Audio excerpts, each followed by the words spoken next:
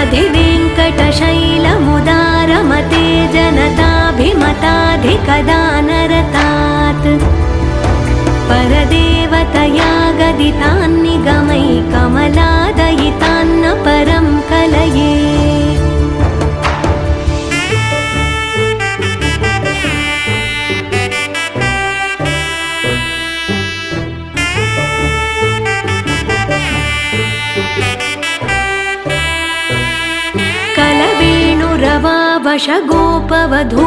कलवेणुरवावशगोपवधूशतकोटिवृतात् स्मरकोटिसमात् प्रतिवल्लविकाभिमतात् सुखदात् वसुदेवसुतान्न परं कलये।